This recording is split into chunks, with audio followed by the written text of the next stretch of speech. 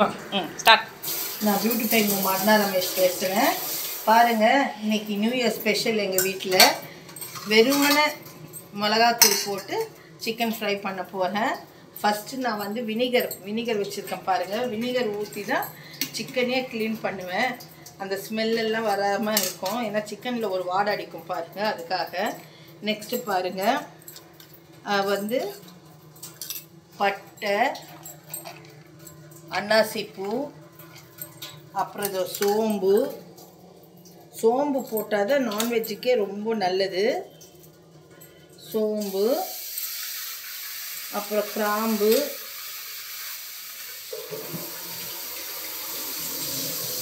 பாருங்கள், கிராம்பு இதெல்லாம் தாளிக்கிறதுக்கு போட்டுட்டு, அப்புறம் வெங்காயம், வெறுமனை வெங்காயம் நறுக்கி வச்சுருக்கேன்.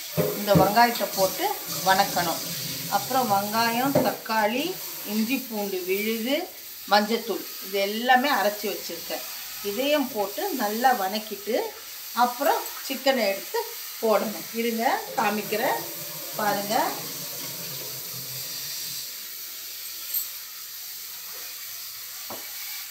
இதை பாருங்கள், இதை போடுறேன்.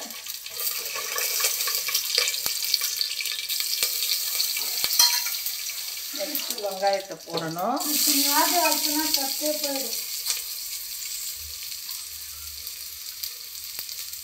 வெங்காயம் நல்லா வணங்கணும்.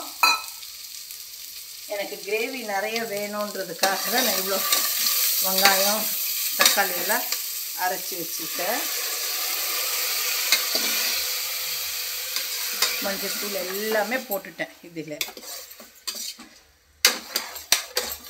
கொஞ்சம் ஸ்லோ பண்ணேன், ஏன்னா அது தண்ணி வெளியெல்லாம் தெளிச்சுதுன்னா நம்ம அடுப்பெல்லாம் வீணாக போகும் இல்லையா, அதுக்காக. இப்போ பாருங்கள், தேவையான அளவு உப்பு போட்டால் சீக்கிரம் வணங்கும் வெங்காயம் தக்காளியும். நான் யூஸ்வலாக வந்து வெங்காயம் தக்காளி நல்லா வணங்கிட்டு அதுக்கப்புறம்லாம் சிக்கன் எடுத்து போட மாட்டேன். இந்த வெங்காயம் தக்காளியோடவே போட்டுடுவேன். சிக்கன் நல்லா வணங்கிடும்.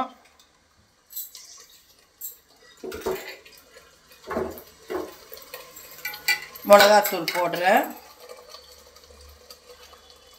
என் மிளகா பொடி கொஞ்சம் உரப்பாகவே இருக்கும். நான்வெஜ்ஜுக்கு உரப்பு இருந்தால் தான் நல்லாயிருக்கும்.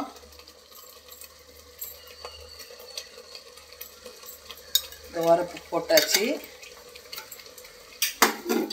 இப்போ அதிலே சிக்கனை போட்டால் நல்லா வணங்கும்.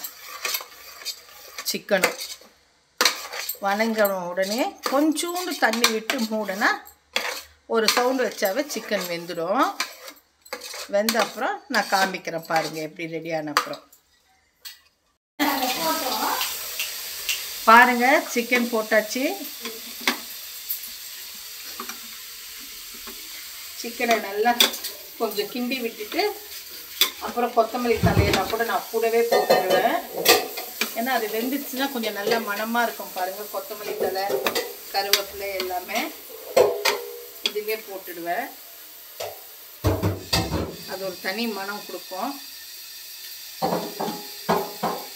இப்போ கொஞ்சோண்டு தண்ணி விட்டால் போதும்.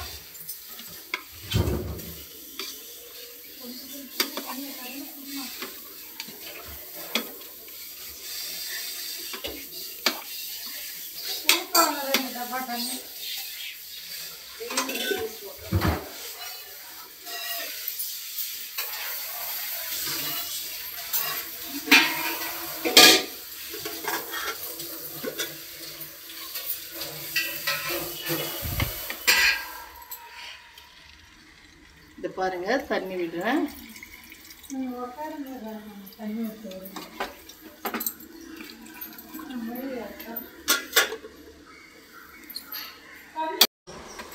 பாருங்க, இதோ சிக்கன் ரெடி ஆகிடுச்சு. கிரேவியாக இருந்தால் தான் பிரியாணிக்கு நல்லா இருக்கும்.